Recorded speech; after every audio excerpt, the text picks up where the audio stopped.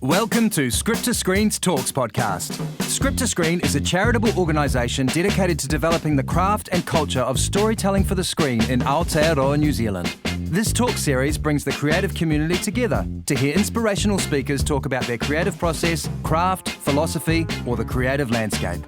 Script to Screen is pleased to share crafting powerful and original character arcs with Anthony Mullins. Anthony discussed screenwriting and how writers can explore and excel in telling more complex, intricate, and authentic stories. Anthony challenges the conventions of story structure and character arcs, expanding your possibilities as a storyteller.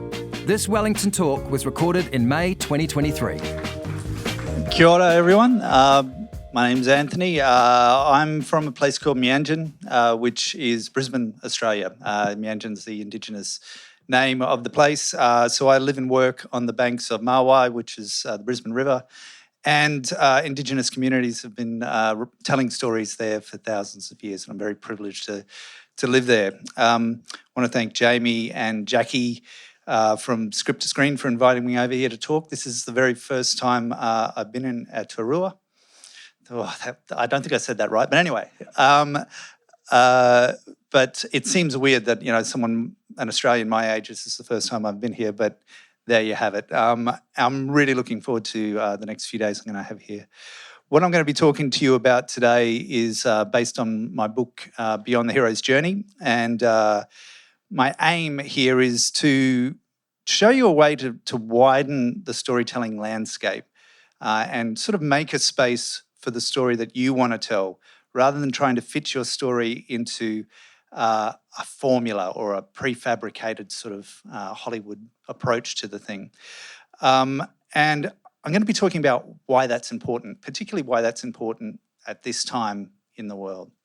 So to kick it off though, I just wonder if anyone recognises that quote and where it's from. Anyone? Game of Thrones, yeah. And according to the internet, the answer to that question, who has a better story than Brand the Broken? The answer is basically anyone else in the show.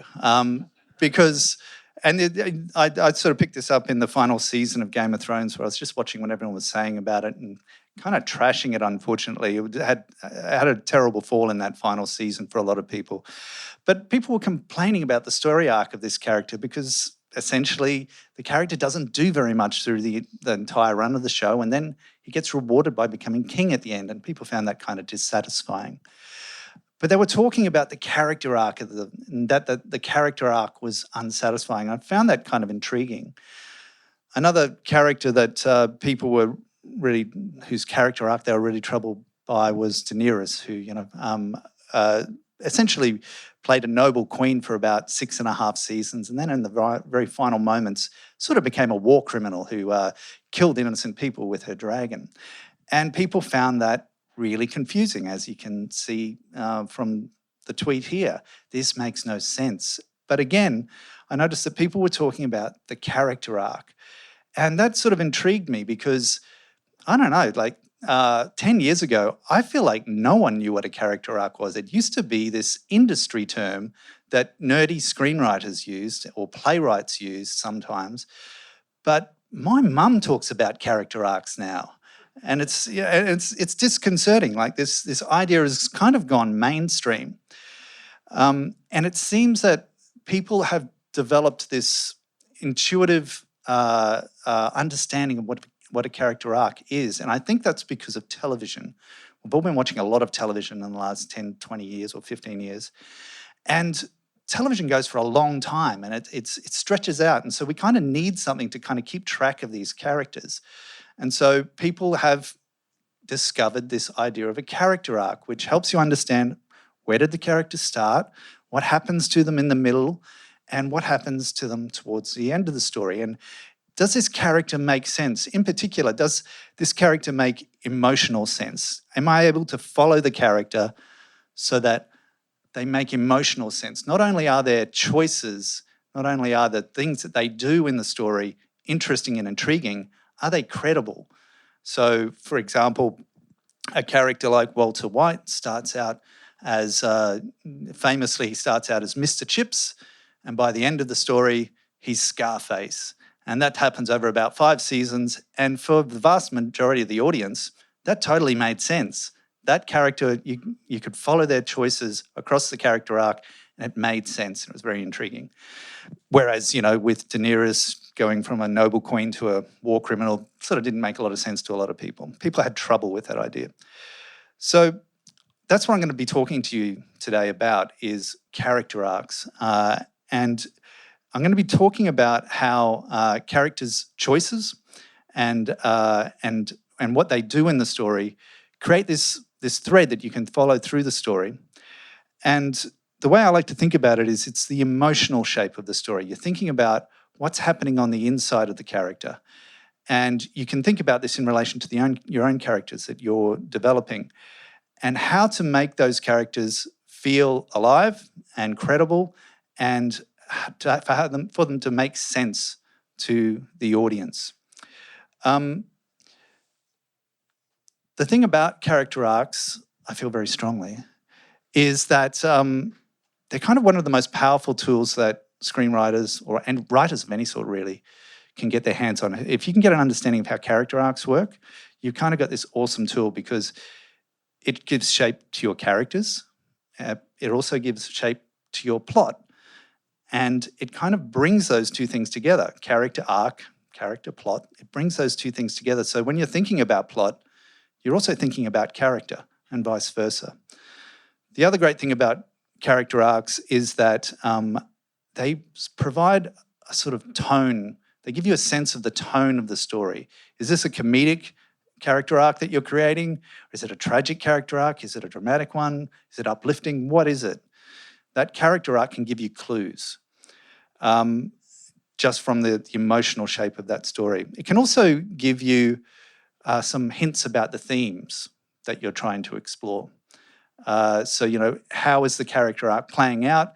And what does that mean? Like, if it's a particularly tragic character arc, what are you trying to say with that tragic story? Or if it's comedic or whatever it is. So this thing's pretty useful.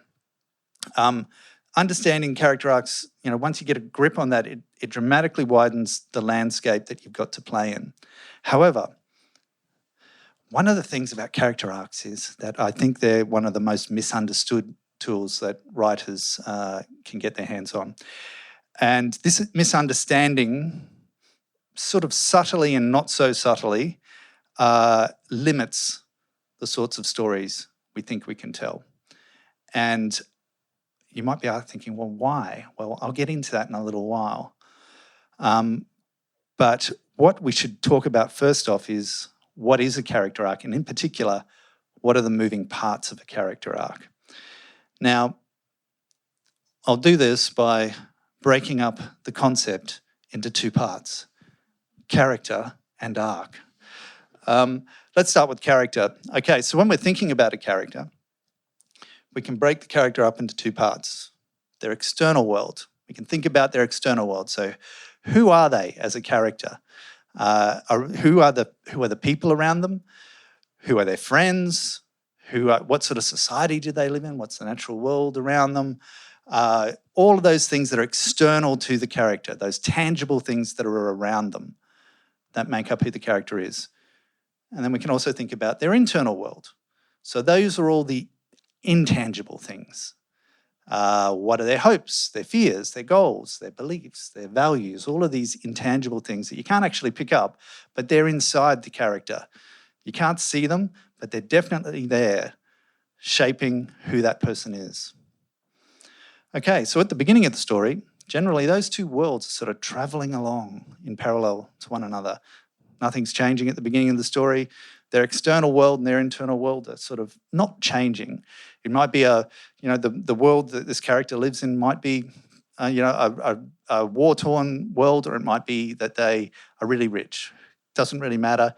The main thing is that things in their external and internal world are staying the same. That's where the arc part comes into it. An arc is made up of 3 things. The first thing is there's some sort of change in the external world of the character. Okay, so maybe they lose their job, or they meet someone that they want to be in a romance with, or an alien invasion happens. Whatever it is, something in the external world of that character changes. And what it does is it pulls the external world away from their internal world. Their external world's changing, but their internal world's not.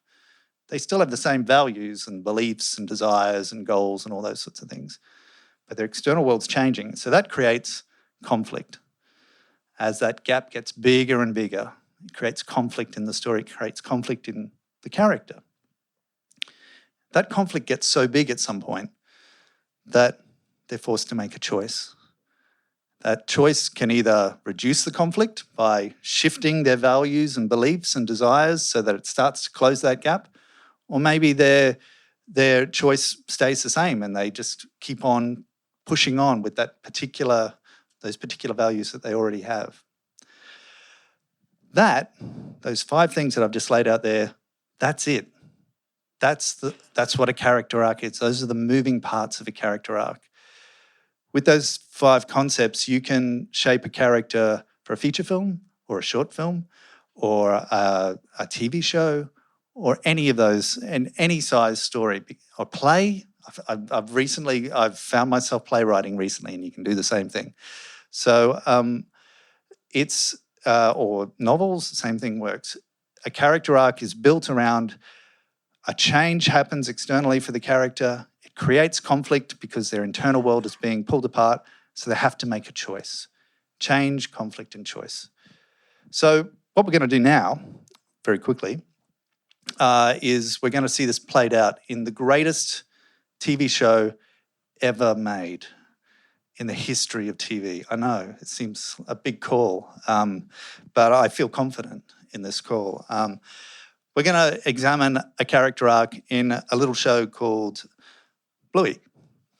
Okay, so over the course of the next 6 minutes or so, what I want you to do is think about what is Bluey's external world at the beginning of the episode? What's Bluey's internal world at the beginning of the episode? What tells you what Bluey's feeling and thinking on the inside at the beginning of the story? And then think about the external changes that happen to Bluey, the sorts of conflicts that come up, and then the choices that Bluey makes. It seems amazing to be able to think there's a whole character arc in these 6 minutes, but you'll see it's right there, and this is what Bluey does beautifully. Again and again, episode after episode. I think it's one of the reasons why it's such a popular show, is that the writer of the show, Joe Brum, who lives around the corner from me, he just has the most exquisite instinct for character arcs, and it shapes every episode of Bluey. So let's have a look. And so external changes, internal choices, external world of Bluey, internal world of Bluey.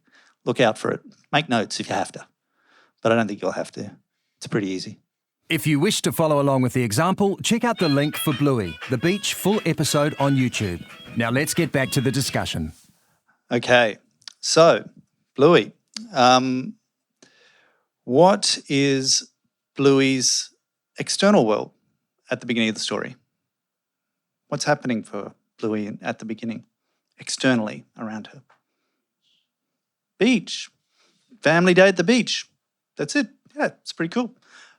What about internally, the invisible stuff for Bluey that we can't see? What's internally happening for Bluey at the beginning of the story? What's she thinking about? Yeah? Up. Why does Mum walk alone? That doesn't make any sense to Bluey. Yeah? Great. You've already figured out part of the character arc for Bluey. What about some of the big external changes that happen for Bluey throughout the story? The big ones. What's the first big external change that happens for Bluey? Yep. Sure. What else happens at that point, though? That's even bigger and more important to her.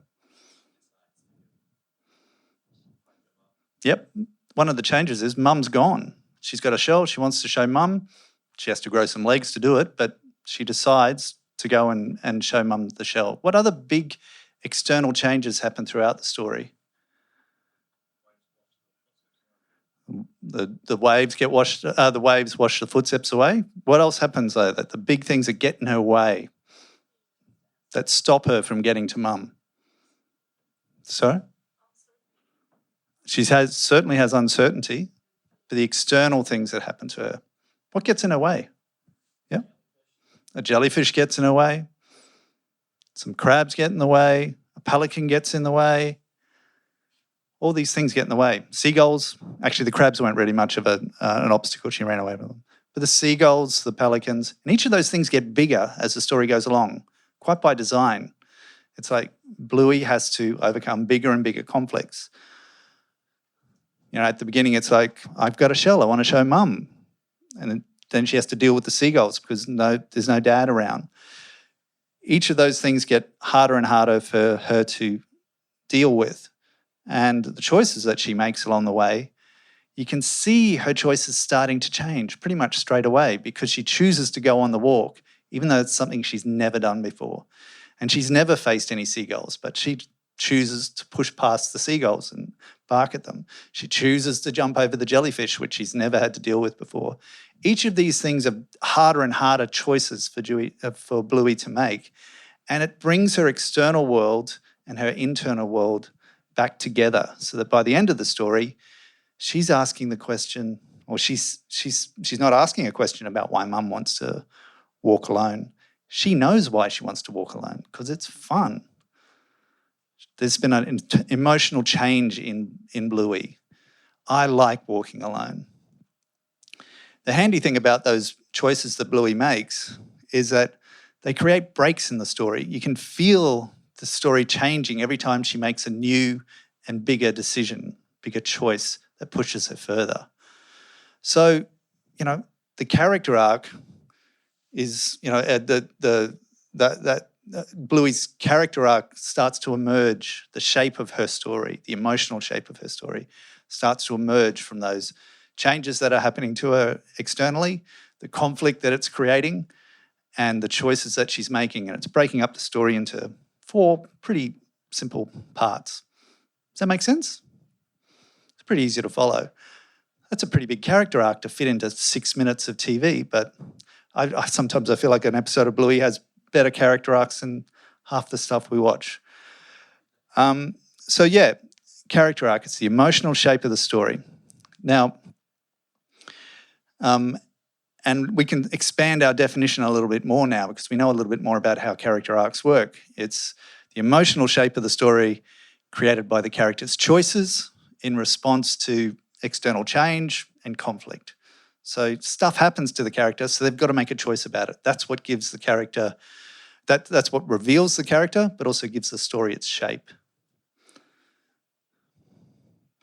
Now, you might remember that before I talked about how character arcs are super useful to you, but they're also it's one of the most misunderstood concepts in storytelling and screenwriting. One of the reasons why it's misunderstood is because of a little concept called the hero's journey. And has anyone heard of the hero's journey before? It's getting a lot of nods, yeah? Okay, so I'll give you the brief version of the hero's journey. Joseph Campbell, a literature professor working in the 1940s, goes into the library, reads a lot of books, and comes out and says, I've found a pattern in all of the myths, through all of time, through all cultures. And this pattern is the one story that we all tell, no matter who we are in the world, no matter when we're born. Note that he only went into the library to do that research. He didn't actually go out and talk to any of those cultures. But anyway, we'll get into that. So he calls this story the monomyth, literally the one story, and it's the hero's journey. And he calls it, this is how he describes it, a hero ventures forth from the world of common day into a region of supernatural wonder. Fabulous forces are there encountered and a decisive victory is won. The hero comes back from this mysterious adventure with the power to bestow boons on his fellow man. Notice his. And Campbell breaks it up into basically 3 acts. The hero departs, the hero goes through an initiation, the hero returns, and he gives it 17 very quite, prescriptive stages that it goes through. The basic upshot of this is that the broad story of the hero's journey is one of it's the hero's optimistic story about emotional growth. So the way the story works out for the hero in this story is that they emotionally change themselves. At a certain part in the story, the problems that they face, the conflicts that they face, they can't get through them. And so the hero has to change how they approach the problem, kind of like how Bluey changed, exactly like how Bluey changed. And so they go through emotional growth. And this is very important to the story resolving itself. In fact, some of the stages in the hero's journey literally, they prescribe emotional change. So the final couple of stages of the hero's journey is called the Master of Two Worlds. Once again, notice master. The freedom to live, the ultimate boon. There's this sense that the character becomes someone else. They're no longer the same person.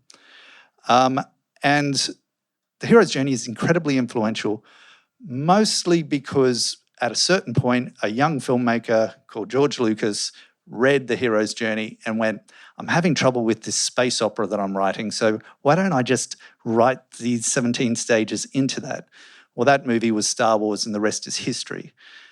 And after that point, pretty much every Hollywood screenwriting manual or any advice you would get from a Hollywood script consultant was that do the hero's journey. It's the only way to tell a good story. Hollywood swallowed the hero's journey hook, line, and sinker, and it became the one story for Hollywood for a very long time, where the only way, where the instruction that you were given was the only way you can make your story work is if your character emotionally changes and things work out well for them because they emotionally change.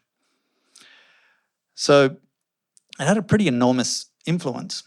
The thing with the hero's journey, though, is that it is a character arc. There's no doubt about it. It's kind of in the name of the thing, hero's journey, character arc. But it's a particular type of character arc. It's about a change character with an optimistic arc, okay? It's very specific.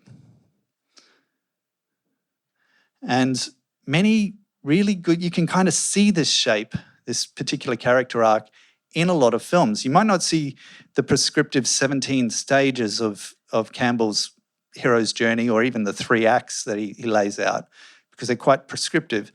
But the broad shape of the thing, like the Bluey episode we just watched, has that shape where the character changes and because they change, things work out well for them. Imagine the Bluey episode if Bluey just went, I'm just going to go back to Dad. It's kind of not as good a story. It's not as interesting. But, Bluey pushing through those choices and changing actually is what shapes it. So, plenty of great, wonderful, wonderful stories have been told using this particular shape, change character with an optimistic arc. Star Wars, Moonlight, Jojo Rabbit. I mean, it seems bizarre to put those 3 films in the same category, but they all kind of have that arc where the main character emotionally changes, and because they do, things work out well for them. This is what it looks like. Pretty much a similar shape to the Bluey episode we just watched. So you can see the external world changing, and it's peeling away from the character's internal world and creating conflict, and bit by bit they make choices that bring those 2 worlds back together and resolve things for them. But is this, this particular type of arc, it has a particular quality to it. It feels positive, it feels transformative, it feels resolved, it's kind of uplifting. And, I'm not saying it's a bad story. Great stories have been made with this particular approach. Where I guess I disagree with it is that I don't think it's the only one.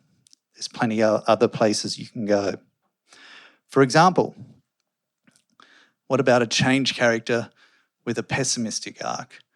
So instead of, once again, the external world changes, creates conflict, but instead of the character making choices that resolve the conflict, all of their choices make things worse.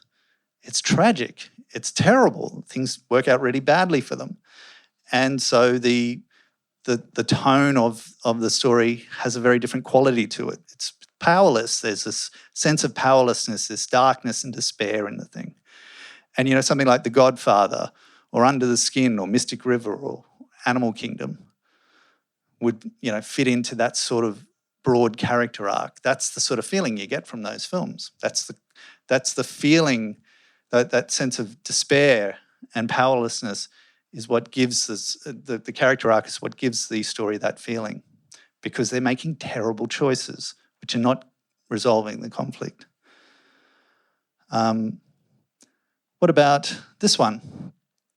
This is a change character with an ambivalent arc. And by ambivalent, I just mean that things aren't necessarily really great, but they're not terrible either.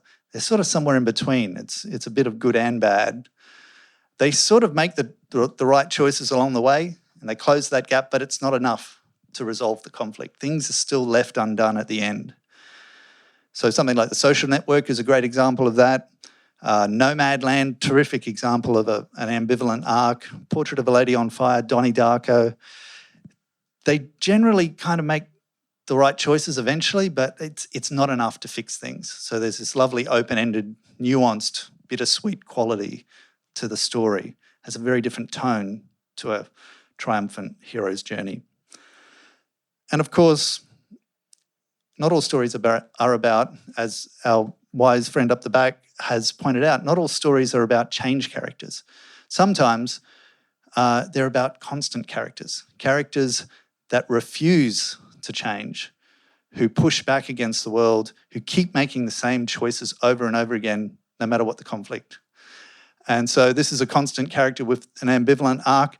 They at some point towards the end of the story, they have a bit of a win in that they do change the world around them, but it's not enough to resolve the conflict.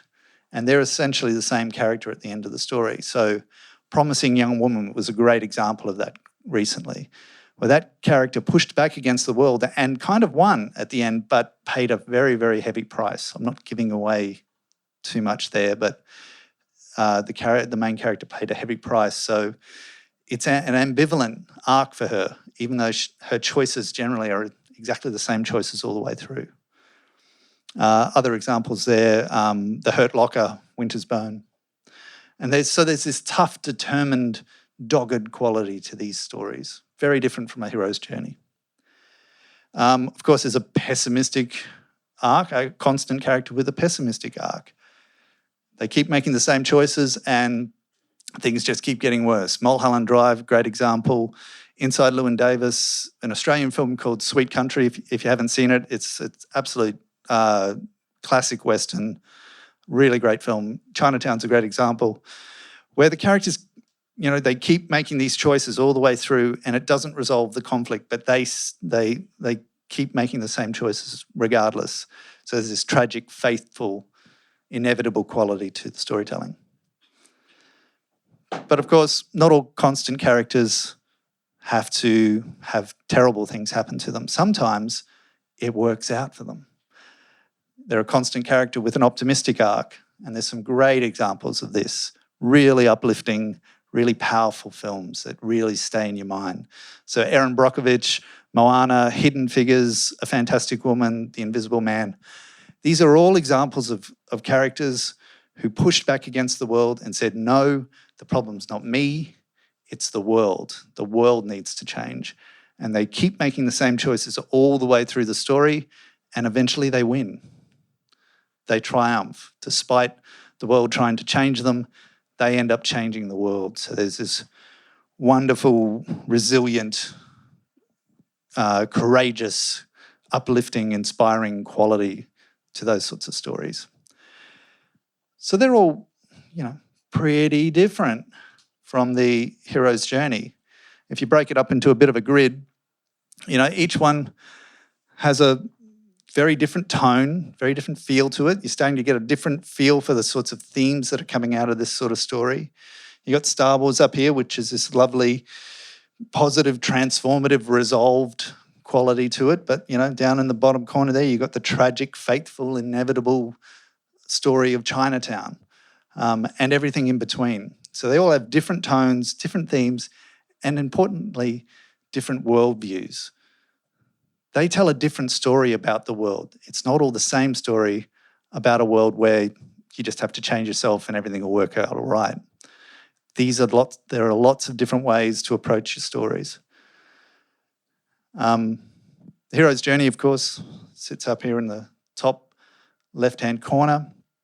It's kind of ironic that, and these are all the other places you can go in your storytelling, all the other places that you can explore in the storytelling landscape. And so it's kind of a bit ironic that the hero's journey, even though it talks about travelling to unfamiliar lands and experiencing unfamiliar things, pretty much stays up in the top left-hand corner there and doesn't really explore any other options in terms of the storytelling landscape. So there's a lot to explore out there.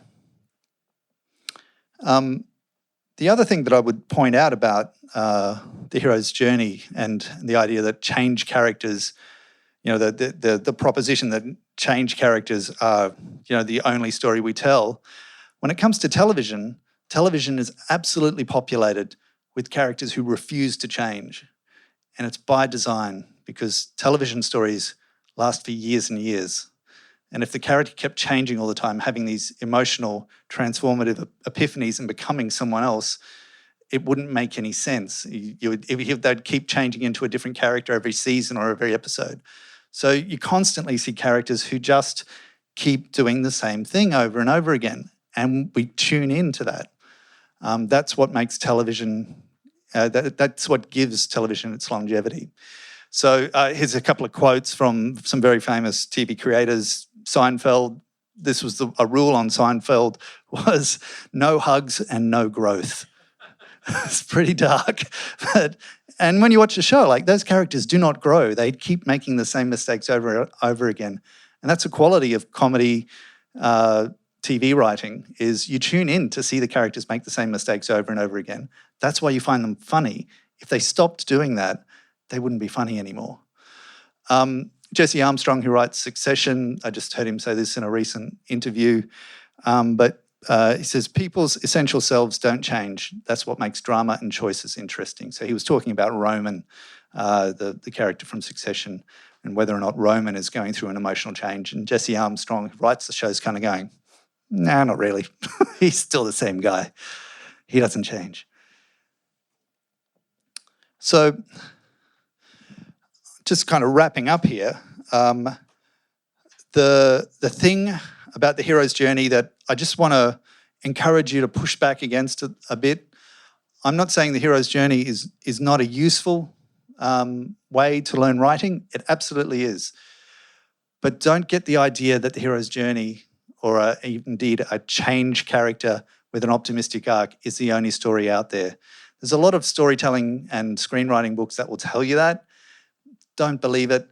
Just look at the films that we've had a look at here today. None of those, so many of those films don't fit into that character arc. There are many other ways to approach your story.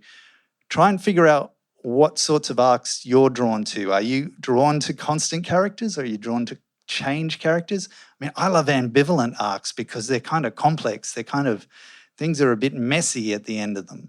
I like that because it feels like the real world.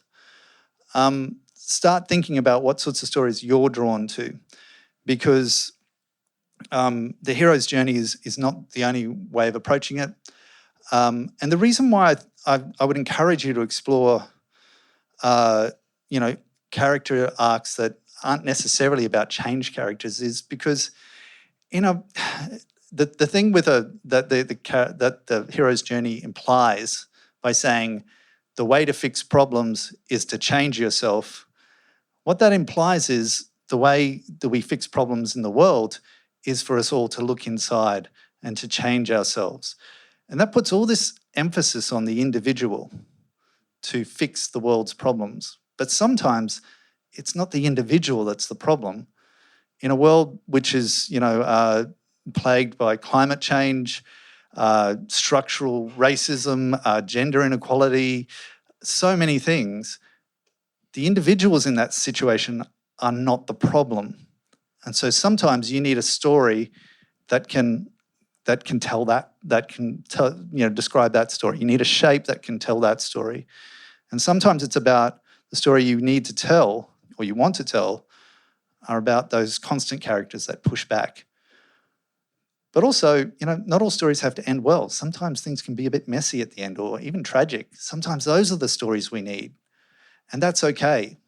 You have permission and you have examples out there, many wonderful examples of very successful films and very commercially and critically successful films that pushed back the hero's journey and embraced a different way of telling a story. Ones that were about constant characters or ambivalent arcs or pessimistic arcs, whatever it is.